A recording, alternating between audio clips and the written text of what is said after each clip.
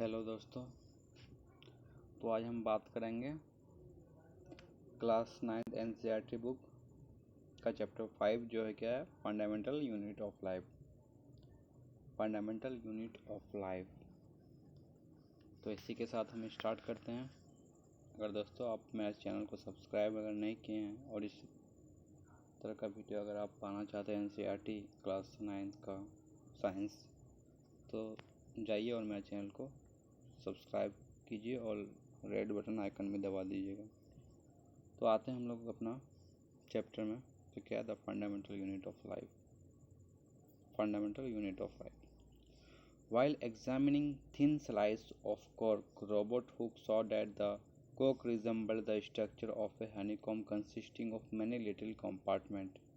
यानी कि जब एग्जामिन कर रहा था एक कॉर्क का स्लाइस को लेकर के, तो रॉबर्ट हुक जो बहुत बड़े साइंटिस्ट थे वो क्या देखा था, कॉर्क जो था, कॉर्क को क्या रिजल्ट, कॉर्क कैसा दिखता था, वो जो कॉर्क जो होता है फेदर टाइप का, वो स्ट्रक्चर ऑफ हनीकॉम्ब की तरह दिखता है। Consisting of many little compartment, यानी कि उसमें बहुत सा कंपार्टमेंट है, मतलब उसमें बहुत सारा हिस्सा क्या हुआ है अलग अलग पार्ट में। तो cork is a substance which comes from the bark of the tree. Cork क्या एक तरह का सब्सटेंस से मटेरियल है, कोई भी चीज़ है तो कहाँ से आता है, पेड़ का जो तह होता है, जो बार्क होता है ऑफ ए ट्री आता है। यानी कि जो पेड़ का जो सबसे जो आउटर लेयर होता है, जो बड़ा बड़ा पेड़ होता है जैसे बनियन ट्री वगैरह में उस समय जाता है देखने मिलता है, वो सब उसमें बार्क रहता है। हर ट्री में बार्क नहीं रहता, तो उसी में पाया जाता है। This was in the year 1665। ये कौन सा ईयर था, 1665, 1665, when hook made this chance observation through a self design microscope. जहाँ पे क्या क्या था, हुक एक ऑब्जर्वेशन किया था, अपना डिज़ाइन अपने से खुद बनाया हुआ माइक्रोस्कोप को लेके। वो कॉर्क को जो किससे लिया गया था, जो कोई भी ट्री का बार्क से लिया गया था, टहनी से लिया गया था, तो उसी को लेके एग्जामिन किया था। Robert Hooke call this boxes cell. मतलब रॉबर्ट हुक को क्या बोलने लगा, उस बॉक्सेस को सेल बोलने लगा। Cell is a Latin word for a little room. Cell क्या एक लैटिन वर्ड है एक छोटा सा रूम के लिए। This may seem to be very small and insignificant incident, but it is very important in the history of science. ये क्या होता है, बहुत छोटा दिखता है, ये क्या है, बहुत छोटा है और बहुत इम्पोर्टेंट भी है इसका हिस्ट्री के हिसाब से, अगर हम साइंस का हिस्ट्री के हिसाब से बात करें। This was the very first time that someone has observe the living thing appear to be consist of separate unit. एक ऐसा पहला बार था जो कोई क्या किया था, ऑब्जर्व किया था, जो लिविंग थिंग्स जो होता है कंसिस्ट ऑफ सेपरेट यूनिट, यानी कि उसका भी अपना अलग अलग एक यूनिट होता है, एक हिस्सा होता है, अलग अलग हिस्सा में बांटा हुआ रहता है। The use of the word cell to describe this unit is used till this day in biology। यानी कि सेल अभी भी हम लोग जो पहले का दिया हुआ वर्ड है वो भी अभी हम लोग बायोलॉजी में यूज़ करते हैं। तो अब यहाँ पे आते हैं, क्या बोलता है, what are living organism made up of. जो लिविंग ऑर्गेनिज्म है ना, तो किससे बना हुआ है। तो सबसे पहले एक एक्टिविटी है, तो इस एक्टिविटी को इतना डिटेल में हम नहीं पढ़ेंगे, बस रीडिंग मार देते हैं। Let us take a small piece from an onion bulb. With the help of a pair forceps, we can peel off the skin called epidermis from the concave side inner layer of the onion. This layer can be put immediately in a watch glass containing water. This will prevent the peel from getting folded or getting dry. What do you do with this peel? Let us take a glass slide, put a drop of water on it, and transfer a small piece of the peel from the water glass to the slide. Make sure that the peel is perfectly flat on the slide. Add a thin camel hair paintbrush might be necessary to help the transfer the peel. Now put a drop of iodine solution on the piece followed by a cover slip.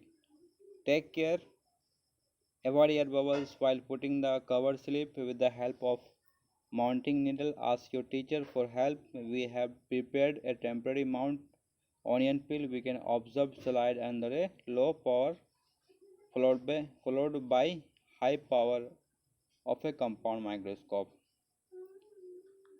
But what do you observe as we look through the lens? हम लोग जब onion पिल को लेकर वहाँ पे slide में रखते हैं और माइक्रोस्कोप से जब ऑब्जर्व करते हैं तो हम लोग उस लेंस में क्या देखते हैं? Can we draw the structure we are able to see through a microscope? हम लोग क्या माइक्रोस्कोप से अगर उसको देखेंगे तो उसका जो फिगर है इस टाइप का दिखाई देगा। क्या बोलता है? Does it look like figure 5.2? बिल्कुल ये ऐसे दिखता है।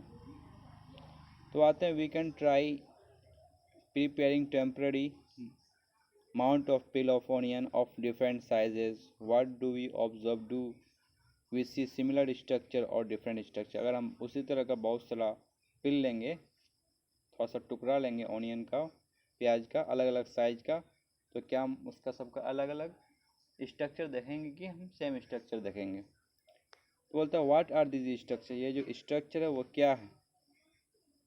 This structure look similar to each other. ये जो स्ट्रक्चर होता है एक दूसरे के साथ सिमिलर दिखता है। Together they form a big structure like an onion bulb. ये क्या करता है? एक साथ एक बहुत बड़ा स्ट्रक्चर फॉर्म करता है लाइक एन ऑनियन बल्ब, जिसको हम लोग क्या बोलते हैं? ऑनियन बल्ब बोलते हैं। We find from the activity that onion bulb of different sizes have similar structure visible under microscope. हम लोग क्या इस एक्टिविटी से पता किए, यानी कि ऑनियन का बल्ब जो छिलका वगैरह होता है अलग अलग साइज का, have small structure visible under microscope. जो लेयर होता है उसका भी अपना एक स्ट्रक्चर होता है जो विजिबल होता है माइक्रोस्कोप के अंदर। The cell of the onion peel will all look the same regardless of the size of the onion they come from. यानी कि ऑनियन का जो प्याज का जो साइज से उससे कोई मतलब नहीं करता है, जो एक स्ट्रक्चर जिसका रहता है सेम स्ट्रक्चर हर ऑनियन का भी वही ही रहता है। दिस स्मॉल स्ट्रक्चर क्या है? दिस स्मॉल स्ट्रक्चर, अरे क्या हो गया?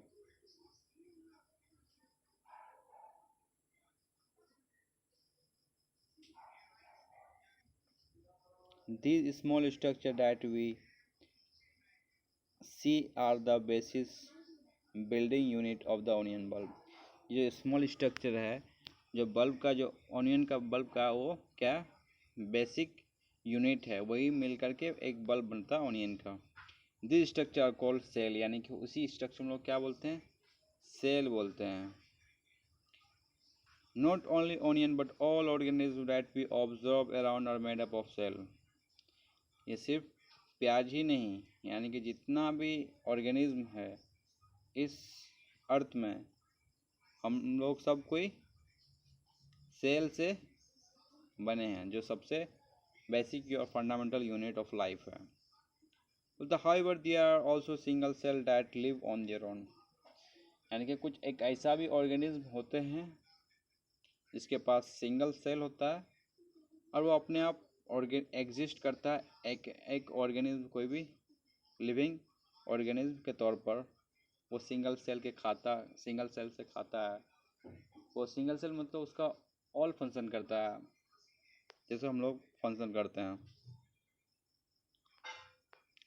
अब यहाँ पे आते हैं, cell were first discovered by Robert Hooke in 1665। He observed the cell in a cork slice with the help of the primitive microscope. Leeuwenhoek, with the improved microscope, discovered the free living in a pond water for the first time. It was Robert Brown in 1831 who discovered the nucleus of the cell. Purkinje in 1839 coined the term protoplasm for the fluid substance of the cell.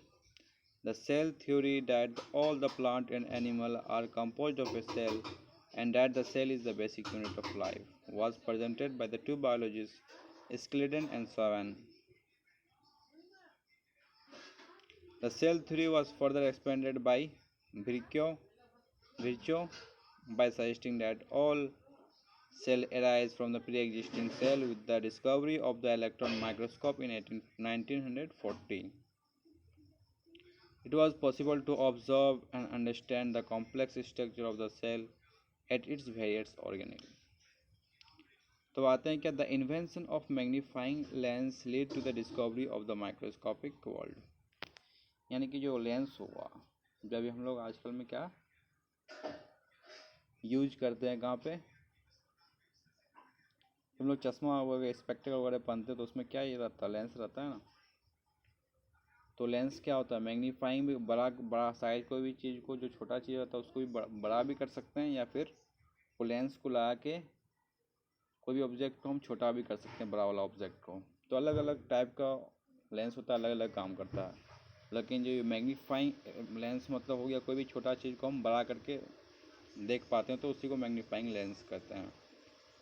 तो उसी से discovery हुआ क्या, microscopic world का, है ना। Microscopic मतलब जो छोटा छोटा चीज़ होता है उसको हम मैग्नीफाइंग लेंस से जो देखते हैं। It is now known that a single cell may constitute a whole organism as an amoeba। जैसे हम बात किए अभी, तो सिंगल सेल क्या करता है, हर काम फंक्शन कर सकता है। उसी तरह एक ऑर्गेनिज्म है जो सिंगल सेल है, वो है एमोएबा।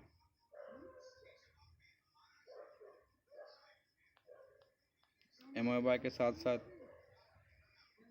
Chlamydomonas, paramecium and bacteria, these organism are unicellular organism. ये क्या है, सब unicellular organism.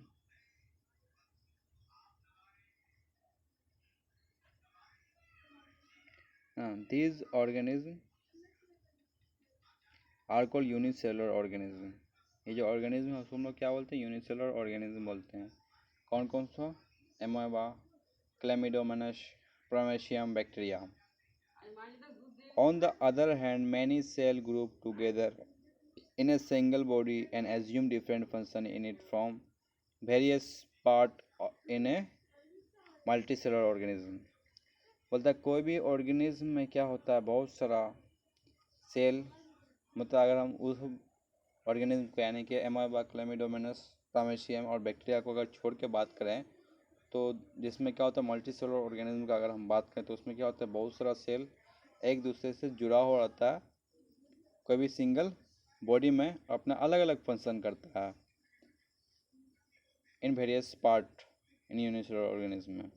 Multi means many, such as some fungi, plant and animal.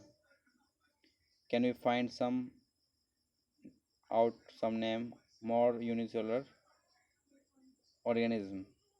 तो बोलता है कुछ अगर यूनिसेलुलर ऑर्गेनिज्म है तो इसको फाइंड आउट करके आपको लिखना है। तो जितना भी बता दिया ऊपर में बहुत है। तो every multicellular organism has come from a single cell. जितना भी मल्टीसेलुलर ऑर्गेनिज्म है सब कहाँ से आया है, सिंगल सेल आया है, सिंगल सेल से आया है। हाउ, कैसे आया है, cell divide to produce cell of their own kind. यानी कि सेल क्या करता है, डिवाइड करता है अपना तरह का सेल प्रोड्यूस करने के लिए, क्योंकि सेल कुछ वक्त के बाद उसका भी एक लाइफ स्पैन होता है, कुछ वक्त के बाद वो डैमेज होता है, फिर दूसरा न्यू सेल बनता है। All cell thus come from pre existing cell. जितना भी सेल होता है सब अपना प्री एग्जिस्टिंग से, जो अपना पुराना सेल से ही आता है। Some organism can also have cell of different kind. कुछ ऑर्गेनिज्म के पास सेल होता है, अलग अलग तरह का होता है। Look at the following picture, it depict some cell from the human body. यानी कि जो ह्यूमन बॉडी का जो सेल है, फैट सेल अलग दिखता है, ब्लड सेल ये भी अलग है, स्मूथ मसल सेल ये भी अलग है, ओवम, स्पर्म अलग अलग सेल है, बोन सेल भी अलग है, नर्व सेल भी अलग अलग। तो वही बोलता है वेरियस सेल, अलग अलग सेल जो होता है हम लोग का ह्यूमन बॉडी में यहाँ पे दिखाया है। मतलब the shape and size of the cell are related the specific function they perform. यानी कि सेल का जो शेप होता है और जो साइज होता है उसका फंक्शन के हिसाब से डिपेंड करता है कैसा शेप और साइज होगा कोई भी सेल का। Some cell like amoeba have changing shape.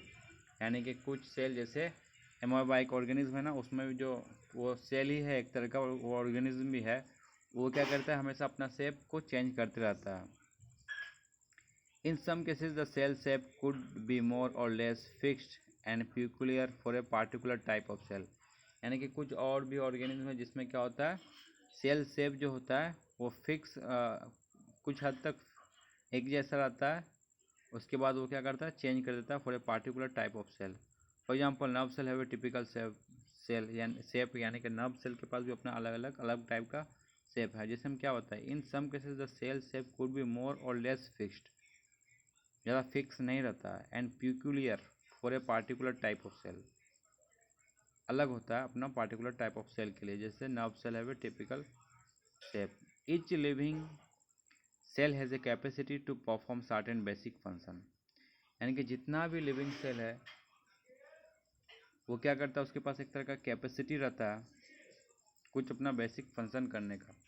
That are the characteristics of living organism, जो क्या है, लिविंग ऑर्गेनिज्म का ही खूबी है। यानी कि लिविंग ऑर्गेनिज्म का जो फंक्शन रहता है उसी के हिसाब से, जो उसका कैपेसिटी रहता है उसी के हिसाब से लिविंग सेल काम करता है।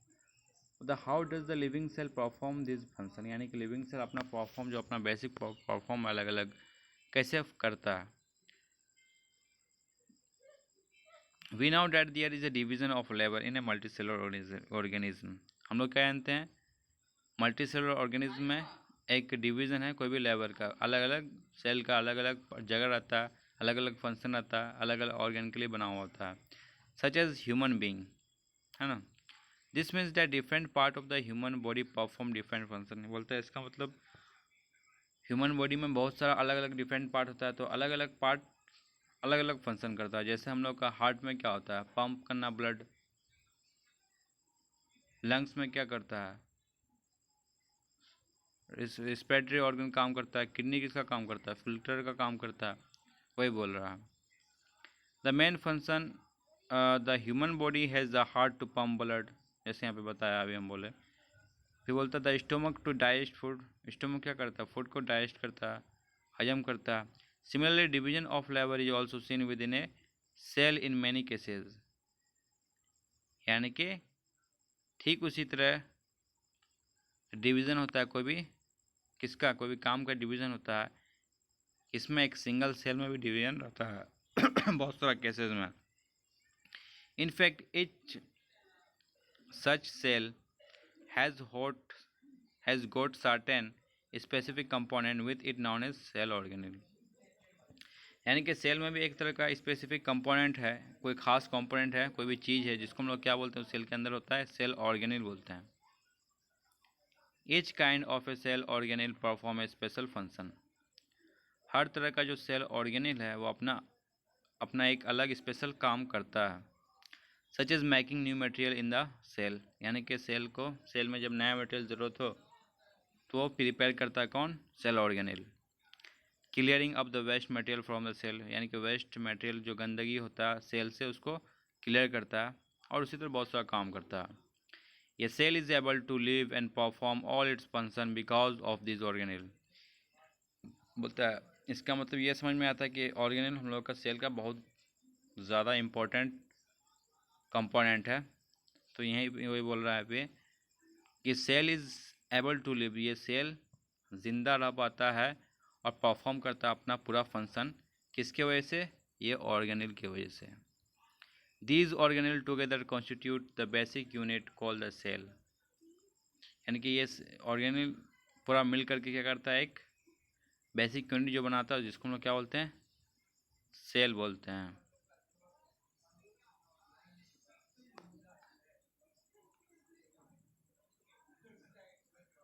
It is interesting that all cell are found to have the same organelle. यानी कि ये जान करके हैरान, बहुत आश्चर्य है, जितना भी सेल है सब में जो ऑर्गेनेल होता है सब सेम होता है, no matter with their function is what organism they are found in. यानी कि जरूरी नहीं है कि उसका फंक्शन क्या है और कौन सा ऑर्गेनिज्म में कौन सा सेल पर आता है, सेल ऑर्गेनिज्म हमेशा सब में सेम होता है। और तो what is cell made up of, what is the structural unit organisation of cell. Cell किससे बना है, उसका स्ट्रक्चर, उसका बनावट कैसा है सेल का। तो we saw above that the cell is a special component called organelle. जैसे भी हम लोग पढ़े क्या, सेल के पास एक अपना स्पेशल कंपोनेंट है जिसको हम लोग उसका ऑर्गेनेल बोलते हैं। How is the cell organised, cell कैसे ऑर्गेनाइज हुआ, उसका उसका जो ऑर्गेनाइज मतलब क्या, वो उसका कैसे मतलब जो होता है ना, कैसे बना cell. If you study cell under a microscope, अगर हम सेल को कोई भी माइक्रोस्कोप में स्टडी करेंगे, we would come across 3 features in almost every cell, यानी कि हर सेल में हम 3 फीचर देखेंगे ज़रूर। पहला क्या है, प्लाज्मा मेम्ब्रेन, न्यूक्लियस, साइटोप्लाज्म। हर सेल में मौजूद होगा प्लाज्मा मेम्ब्रेन, न्यूक्लियस और साइटोप्लाज्म, याद रखिएगा। All activities inside a cell and interaction of the cell with environment are possible due to this feature। यानी कि जितना भी एक्टिविटीज़ होता है और सेल का जो एक्टिविटीज़ होता है और उसका जो इंट्रैक्शन होता है, आपस में जो इंटरेक्ट करता है अलग मटेरियल के साथ, सेल के जो बाहर का इन्वायरमेंट में रहता है, तो ऐसा किस लिए होता है, क्योंकि सेल में प्लाज्मा मेम्ब्रेन, न्यूक्लियस और साइटोप्लाज्म प्रेजेंट होता है, ऐसा इसलिए होता है। अब आते हैं प्लाज्मा मेम्ब्रेन क्या होता है, जिसको हम लोग सेल मेम्ब्रेन भी बोलते हैं। तो यह है क्या,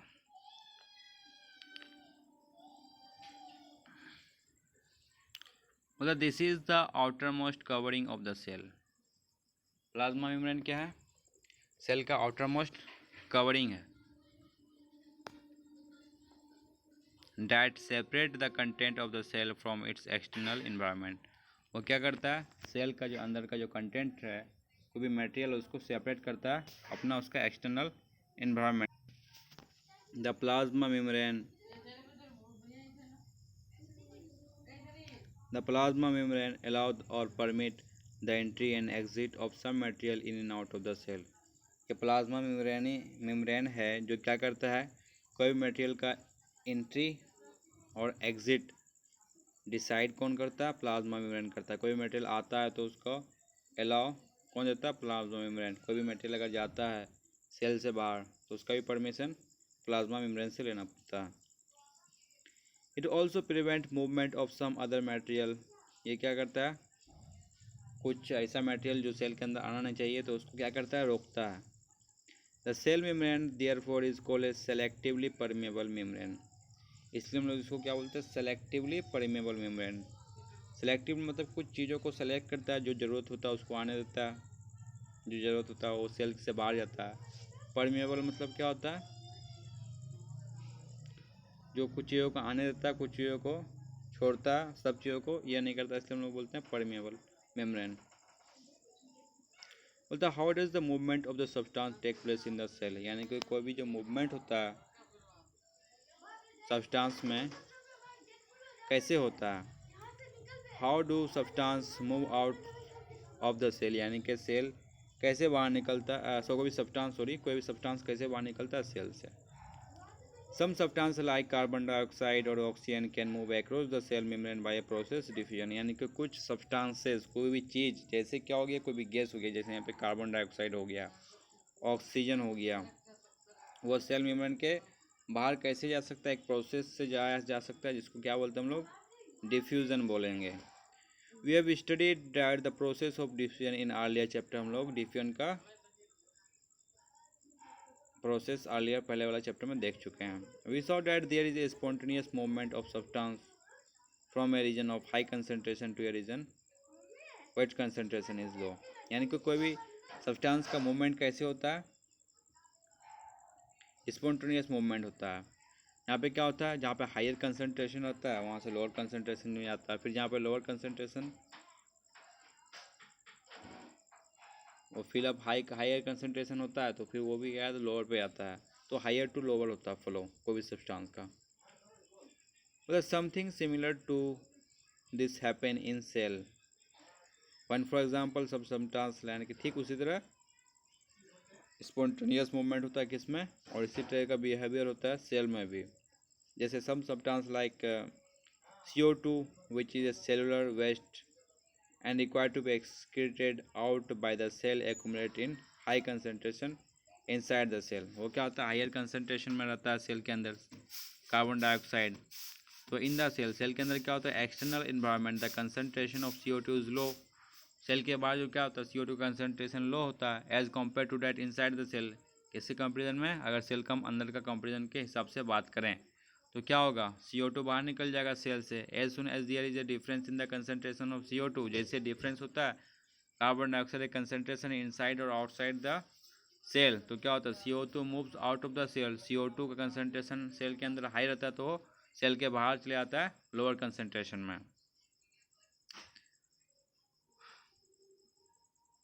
कौन सा प्रोसेस से, डिफ्यूजन प्रोसेस से। Similarly O2 enters the cell by a process of diffusion, ठीक उसी तरह ऑक्सीजन है क्या करता है, सेल के अंदर जाता है डिफ्यूजन का प्रोसेस से। फाइंड द लेवल और concentration of O2 inside the cell decreases, जैसे ही ऑक्सीजन का जो लेवल है सेल के अंदर वो डिक्रीज करता है तब क्या होता है, डिफ्यूजन होता है, जिसके कारण सेल के अंदर ऑक्सीजन आता है। इसलिए बोलता है diffusion plays an important role for the gaseous exchange between the cell as well as the cell and its external environment. इसलिए बोलता है डिफ्यूजन एक बहुत ख़ास रोल निभाता है किसमें, एक्सचेंज ऑफ गैसेज, कहाँ पे, जब सेल में होता है, उसका एक्सटर्नल इन्वायरमेंट में जो टेक प्लेस करता होता है।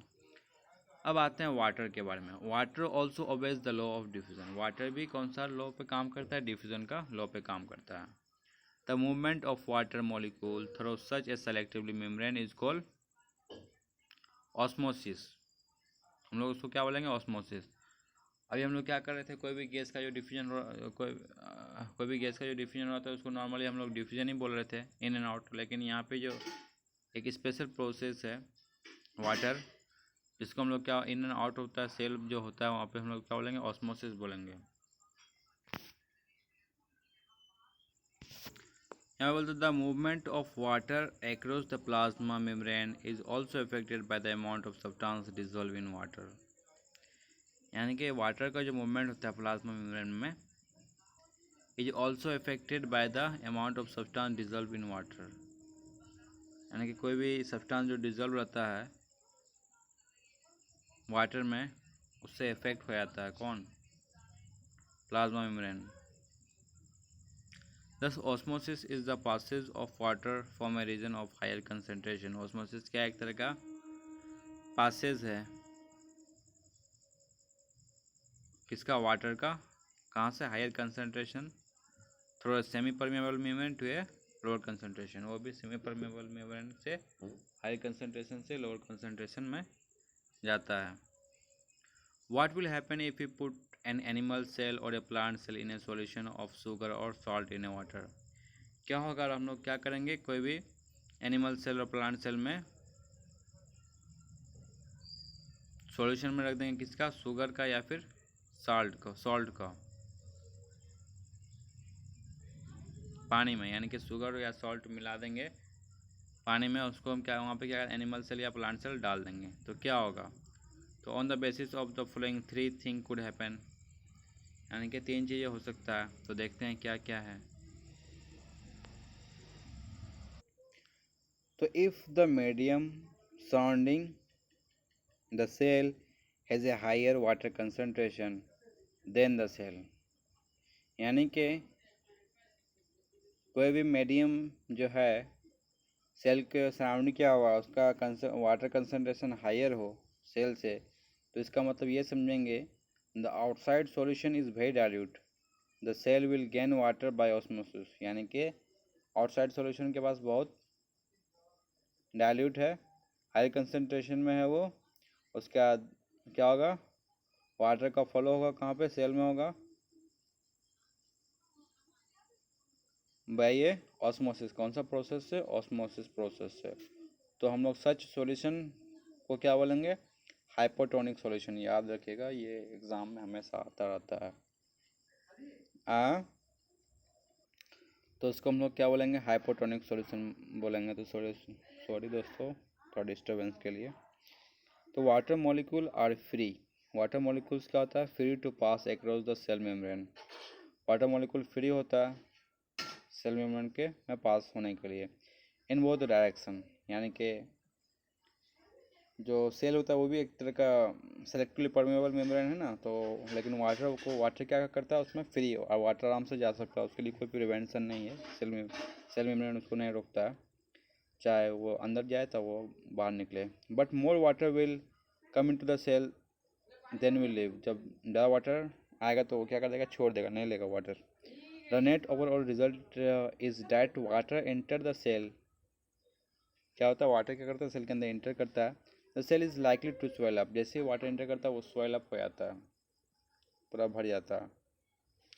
The if the medium has exactly the same water concentration as the cell, यानी कि कोई मीडियम है उसके पास जो वाटर कंसनट्रेशन है एग्जैक्टली सेम है जैसे सेल के पास है, तब क्या होगा, there will be no net movement of the water across the cell membrane, तब वाटर का मूवमेंट सेल मेम्ब्रेन में नहीं होगा, ना इन होगा ना आउट होगा, जैसे का वैसे ही रहेगा, ठीक है। तो such a solution is known as isotonic solution, such solution को हम लोग क्या बोलेंगे, आइसोटोनिक सॉल्यूशन बोलेंगे। Water across the cell membrane in both direction but the amount going in the same as well as going out, so there is no overall movement of water, the cell will stay the same size। बोलता है water crosses the cell membrane in both direction, water क्या करता है, cross करता है cell membrane in both direction, water आता भी है जाता भी, but the amount going in the is the same, लेकिन जो अमाउंट वाटर जाता है और जो बाहर निकलता है सेम रहता है, तो कोई मूवमेंट में जो होता है वो गेन नहीं होता वाटर का, चाहे सेल के अंदर या सेल के बाहर ज़्यादा, तो सेल का जैसा कंसंट्रेशन था साइज था वैसा ही सेम रहेगा, तो इसको हम लोग क्या बोलेंगे, आइसोटोनिक सॉल्यूशन बोलते हैं यहाँ पे।